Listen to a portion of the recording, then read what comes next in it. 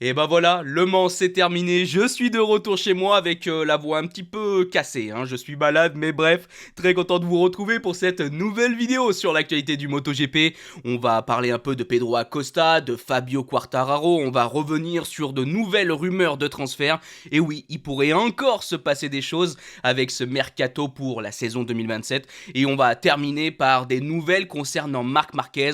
On a enfin compris ce qu'il se passait cette saison. Et je voulais donc commencer cette vidéo par une déclaration qui a fait débat. La déclaration donc de Pedro Acosta après la course du dimanche sur le circuit du Mans. Acosta, il a été dépassé à la toute fin de la course par Fabio Di Giannantonio. Et Fabio, il l'a regardé après l'avoir dépassé. Un regard qui dit un peu, je t'ai eu, mon cher Pedro. Et ça a clairement pas plu à l'Espagnol, qui a donc déclaré ensuite, je le note pour la prochaine fois, moi. Personne ne me dépasse en me regardant. Certaines personnes ont donc dit que c'était mérité pour Pedro Acosta parce que c'est vrai que c'est pas le dernier pour aller aussi titiller les autres.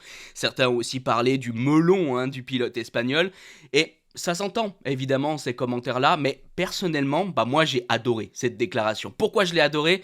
Parce que je trouve que l'une des choses qui fait le sel du MotoGP, c'est les rivalités. Et Fabio Giannantonio, c'est pas le pilote que je préfère clairement sur la grille, mais j'aime justement le fait que il envoie un petit peu ce regard qui dit tu vois, je t'ai eu mon Pedro Et j'aime qu'Acosta, au lieu de rien dire, moi j'aime que justement il prenne ses responsabilités et qu'il l'annonce presque tu vas voir lors de la prochaine course, on va bien se bagarrer. Moi, je trouve que ça fait le sel, c'est les rivalités de cette catégorie reine. Et ce qui a fait aussi des moments historiques dans le MotoGP, c'est justement ces rivalités. Bien sûr, tout de suite, on pense à Marquez, Rossi, on pense à Rossi, Lorenzo. Évidemment qu'il y avait des bastons en piste, mais il y avait aussi de la rivalité en dehors. Et moi, c'est toujours quelque chose que j'ai adoré. Donc, je me dis que si on peut avoir un petit peu plus ça en MotoGP, avec des pilotes qui ont du caractère, bien sûr, DJ a du caractère, Acosta a du caractère, moi ça me plaît, l'idée me plaît bien, et je pense que c'est plus entre guillemets à encourager que critiquer. Je pense que vous avez compris l'idée. Parlons maintenant un peu de ce Mercato 2027. Lors des dernières vidéos, on a déjà discuté de beaucoup de choses. On en est toujours au même point. On attend cet accord entre Liberty Media et les constructeurs, donc pour l'instant rien n'est officiel. Mais comme j'ai pu déjà vous le dire, même si c'est pas annoncé officiellement, techniquement, beaucoup de choses sont déjà signées. Et récemment, après ce week-end du Mans, on a appris qu'il y allait avoir un nouveau transfert pour cette saison 2027. Fabio Di Giannantonio, qui était attendu pour continuer, re-signer chez la VR46, finalement, il va quitter Ducati et rejoindre KTM, l'équipe usine, à côté d'un autre pilote Ducati, Alex Marquez. On apprend donc qu'apparemment Ducati a tout fait pour essayer de retenir Fabio Di Giannantonio, mais l'Italien voulait une équipe usine, et ça se comprend. Comme d'habitude, oui, c'est sûr que KTM peut-être aujourd'hui, du point de vue de la machine, c'est un peu en deçà, même un gros en deçà de la Ducati, mais avoir un statut de pilote usine, ça apporte beaucoup de choses. Il y a des questions d'argent, il y a des questions de reconnaissance, et ce statut de pilote usine chez KTM l'a fait tout simplement chavirer, on va dire, et il a donc décidé de rejoindre le constructeur autrichien. Alors quid du coup de l'équipe 2027 de la VR46? On sait, encore une fois, presque officiellement, que Fermin Aldeguer va rejoindre donc cette équipe. Maintenant, on ne sait pas vraiment ce qui va se passer pour le deuxième pilote en remplacement du départ de Didia. Alors évidemment, il y a ce bon vieux Franco Morbidelli. Je pense pas que Morbidelli va pouvoir re-signer dans le team VR46, même si c'est vrai qu'il y a cette relation avec Rossi, il y a plusieurs choses qui font que... Mais là, cette saison, elle est quand même vraiment compliquée pour Morbidelli et ça me semble difficile de l'imaginer pouvoir continuer. Faut pas oublier que bien sûr, la VR46, il y a Rossi, ce genre de choses, mais il y a aussi Ducati derrière. Et je pense que Ducati, au bout d'un moment, ils vont quand même dire, bon, là maintenant, on va peut-être faire la place à un autre pilote. Du point de vue des rumeurs, on parle de Boulega, le pilote World Superbike, qui est en train absolument de tout casser en ce moment. Il réalise victoire sur victoire en Superbike. Et on a aussi entendu parler de Luca Marini, possiblement un retour de Marini chez la VR46. Bon, on sait que Luca Marini, c'est aussi le demi-frère de Valentino Rossi, ça aurait un sens, c'est quand même un pilote, je trouve, qui a fait des belles choses chez Honda. Alors on sait que l'univers Honda, c'est compliqué, il y a beaucoup de chutes, il y a des performances en dents de scie, mais d'un point de vue général, je pense quand même que Marini a montré qu'il avait une certaine valeur sportive et qu'il était capable de mener cette machine aux avant-postes. Donc Moi, je pense que Luca Marini serait un très bon choix pour la VR46, un choix de cœur pour l'équipe et un choix logique sportivement pour Ducati. Maintenant, on va discuter un peu une nouvelle fois de Fabio Quartararo, alors assez rapidement, mais récemment, il y a eu une déclaration de Paolo Campinotti, qui est donc le boss de l'équipe Pramac, et qui d'une certaine manière représente aussi un peu la parole de Yamaha, et il a recadré Fabio Quartararo sur un certain point. Je vous lis sa déclaration. À Sky Italia, il a déclaré « Il serait préférable qu'il soit un peu plus reconnaissant. Il est très critique en ce moment, et quand un pilote aborde le projet avec cette attitude, il est difficile d'en percevoir les aspects positifs. Pour lui, tout est négatif actuellement. Yamaha l'a fait entrer en MotoGP, l'a aidé à remporter le championnat du monde. La gratitude est toujours très importante dans la vie, ne pas être reconnaissant n'est pas une bonne chose. Alors je sais qu'aujourd'hui j'ai mal à la gorge, mais j'ai envie, en lisant ces déclarations, de faire quand même Fabio Quartararo, pas de gratitude. Je trouve que c'est quand même un commentaire osé. Et je sais, à mon avis, que beaucoup de personnes ne seront pas d'accord avec moi. Et comme d'habitude, c'est pas grave, c'est ça qui est génial. On peut discuter et on peut donner nos analyses et n'hésitez pas à me donner la vôtre en commentaire. Mais personnellement, je pense que Fabio Quartararo, de la gratitude, il en a donné et redonné à Yamaha. Je dirais même que de la confiance, il en a donné et redonné et redonné.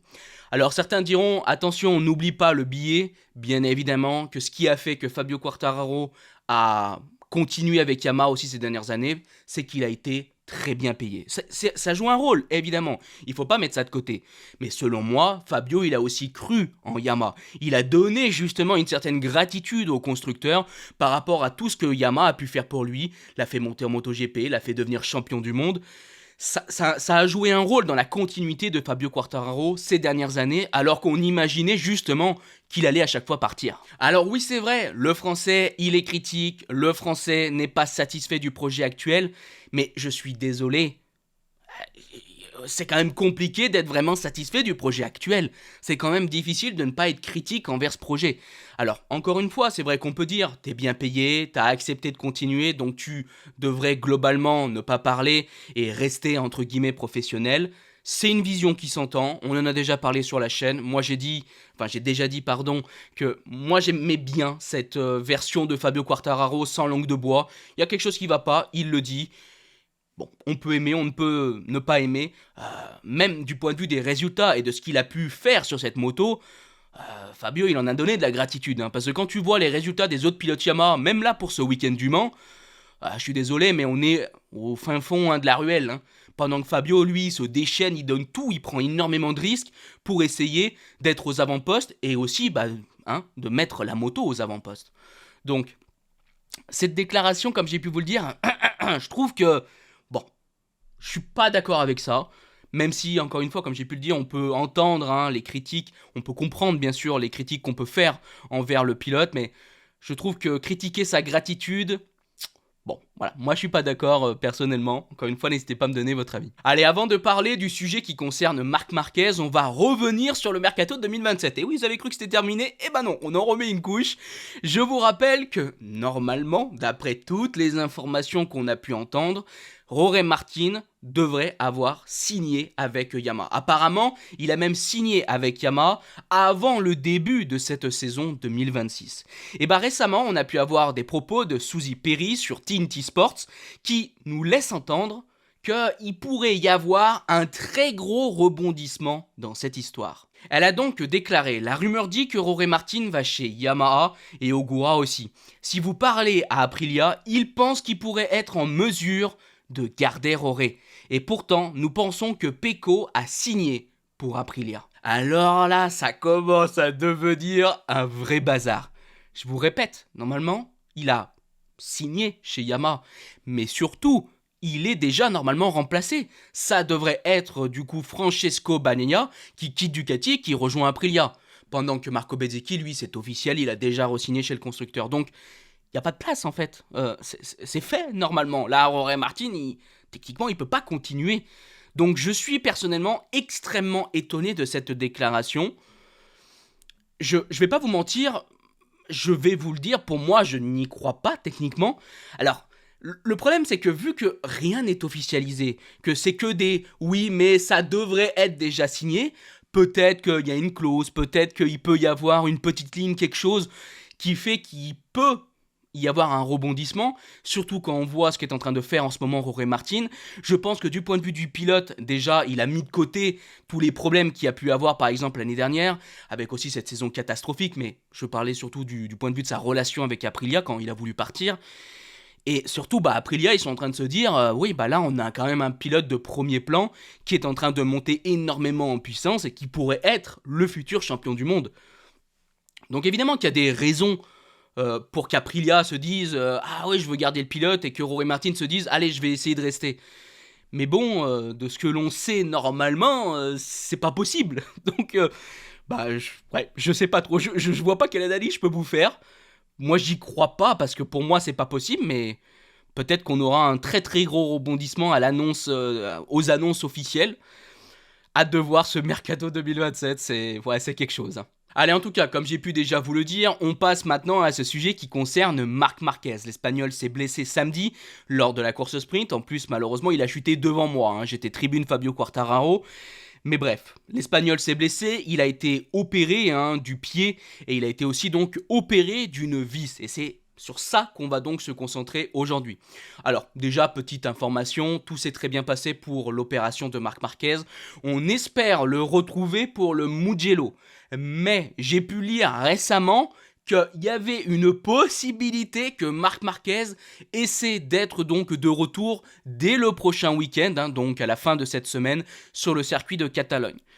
Je trouve que c'est pas une très bonne idée de faire un retour aussi précipité, mais bon, on verra, c'est les informations qu'on a pu entendre ici et là, mais normalement, il devrait essayer d'être de retour pour le Mugello. En tout cas, cette vis, qu'est-ce que c'est que cette histoire? Rappelez-vous, depuis le début de cette saison 2026, on trouve, en tout cas beaucoup de personnes trouvent, qu'on n'a plus le même Marc Marquez que 2025. Alors évidemment en termes de résultats, on n'a plus le même Marc Marquez, mais même en termes d'attitude, en termes de pilotage, on voit un Marc Marquez en difficulté, qui a du mal, un Marc Marquez qui chute beaucoup, en course surtout, alors que c'est quelque chose où normalement il arrive quand même à limiter entre guillemets la casse, justement en essayant de trouver la limite lors des essais.